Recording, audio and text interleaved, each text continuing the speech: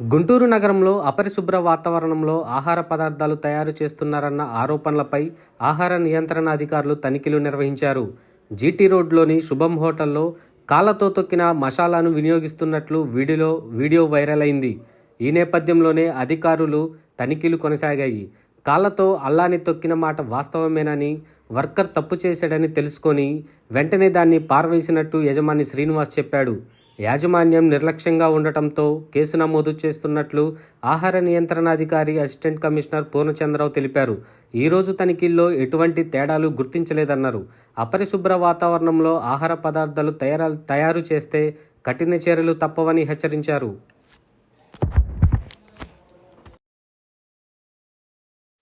గత 2 రోజుల నుంచి ఒక సబ్జెక్టు స్క్రోల్ అవుతూ ఉంది. దాని నిమిత్తం ఇవాళ ఇన్స్పెక్ట్ చేయడం జరిగింది. మీ అందరి సమక్షంలోనే నేను ఇన్స్పెక్ట్ చేశాను. వాస్తవంగా ఏంటంటే నేను ఏ హోటల్ ఇన్స్పెక్ట్ చేసినా ఫస్ట్ వచ్చేది డీ ఫ్రీజర్ల దగ్గరికి. డీ ఫ్రీజర్లో ఏం పెడుతున్నారు, ఏంటి, వాళ్ళ కిచెన్ ఎట్లా ఉంది, యుటెన్సిల్స్ ఎట్లా ఉన్నాయి, హైజీన్ కండిషన్స్ ఎట్లా ఉన్నాయి అనేది వెరిఫై చేస్తాను. తర్వాత స్టోర్ రూమ్లోకి వెళ్ళి ఇంగ్రీడియంట్స్ ఎట్లా ఉన్నాయి, వాళ్ళు మనం తయారు చేసే ఆహార పదార్థాలు ఇంగ్రీడియంట్స్ మసాలాలు, ఈ హోటల్ ఏంటంటే మసాలాలు ఎట్లా ఉన్నాయి, మసాలాలు ఏంటంటే అల్లం, వెల్లుల్లి, తర్వాత యాలకులు, జీలకర్ర, గసగసాలు అవన్నీ ఉన్నాయి. అవన్నీ కూడా స్టాక్స్ అయితే బాగానే ఉన్నాయి. ఎనాలిసిస్ పంపిస్తూ ఉన్నాం. తర్వాత వీళ్ళ మీద వచ్చిన కంప్లైంట్ ఏంటంటే అల్లం వాళ్ళ మిషన్ చెడిపోవడం మూలాన మేము ఇట్లా చేసామని చెప్తున్నారు. ఏదో కాళ్ళతో దొక్కుతున్నారు ఏందా అని అడిగితే మేము అది వర్కర్ తెలియజేసామంటే అది మేము డిస్ట్రాయ్ చేసామని ఫోటోలు చూపిస్తూ ఉన్నారు. మీరు కూడా అబ్జర్వ్ చేయొచ్చు. అవి జెన్యూన్ ఫోటోలా కాదా అనేది మేము చూసి మేము ఇమీడియట్గా నోటీస్ ఇస్తాం. నెగ్లిజెన్సీ ఏదైనా కానీ వాడినా వాడకపోయినా నెగ్లిజెన్సీ కాబట్టి దానికి నోటీస్ ఇస్తున్నాము. అది జాయింట్ కలెక్టర్ దగ్గర కేసు పెట్టడం జరుగుద్ది. ఎనాలిసిస్ నిమిత్తం శాంపిల్స్ కలెక్ట్ చేస్తూ ఉన్నాం. కలర్స్ ఏదైనా ఉన్నాయి. యాక్చువల్ కలర్స్ ఎక్కడ ఐడెంటిఫై కాలేదు. చైనా సాల్ట్ మెయిన్ మీ ద్వారా తెలియజేసింది మోనోసోడియం గ్లూటమేట్ అంటారు. చైనా సాల్ట్ కూడా ఎక్కడ వాడుతున్నట్టు కనపడలేదు. తర్వాత మేము హాల్ అంతా చెక్ చేసాం. కిచెన్ కూడా ఏంటంటే కొంచెం హైజీన్ కండిషన్స్ బాగాలేదు. దానికి నోటీస్ ఇస్తున్నాం, ఇంప్రూవ్మెంట్ నోటీస్ ఇస్తున్నాం. దానికి కనుక 15 రోజుల్లో ఆయన మనం చెప్పిన కండిషన్స్ అన్ని ఫాలో అయిపోతే మాత్రం లైసెన్స్ సస్పెండ్ చేయడం జరుగుద్ది. మీ ద్వారా మేము హెచ్చరించేది ఏంటంటే ఈయనకు కాదు, ఎవరికైనా సరే ఇట్లాంటి కండిషన్స్ జరిగితే మాత్రం ఎవరిని ఉపేక్షించేది లేదు. ఇమీడియట్గా లైసెన్స్ సస్పెండ్ చేయడానికి ఎప్పుడు వెనకాడం. కమిషనర్ దృష్టికి తీసుకెళ్ళి ఇమీడియట్గా స్ట్రింజెంట్ యాక్షన్ తీసుకుంటాం.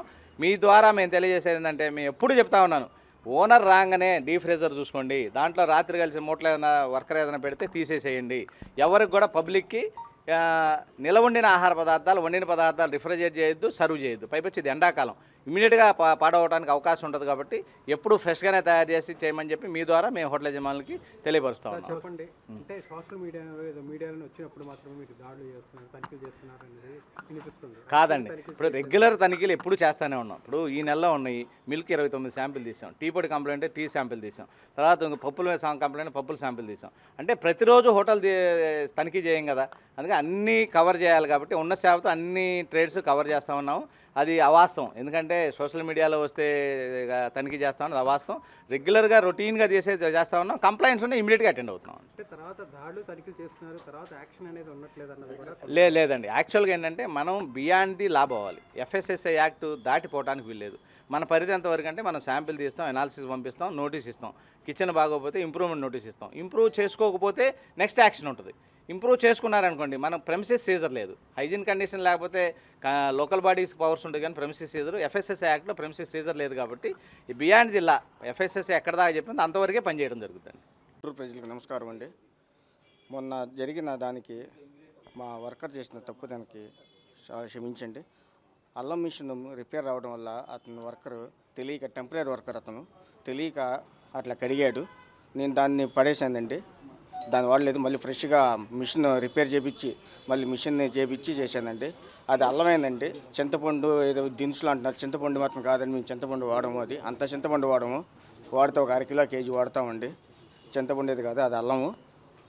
అట్లా చేశారండి. దానివల్ల నేను చాలా బాధపడుతున్నాను.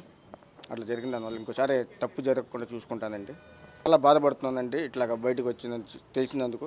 అది ఏంటంటే మా వర్కర్ చేసిన తప్పును, అది తప్పు వల్ల అట్లా జరిగింది. ఇంకోసారి అట్లా జరగకుండా నేను చూసుకుంటానండి. కస్టమర్లకు ఇదే అండి, అధికారులు ఇంకోసారి ఇలాంటి పొరపాటు జరగకుండా చూసుకుంటానని చెప్పామండి. మనకి నాకు తెలియకుండా జరిగింది సార్, వర్కర్ చేసిన దానికండి. అది నేను తీసి పడేశానండి, అది వాడలేదు. అది కాండా ఫోటోలు కూడా మీకు సబ్మిట్ చేస్తామండి.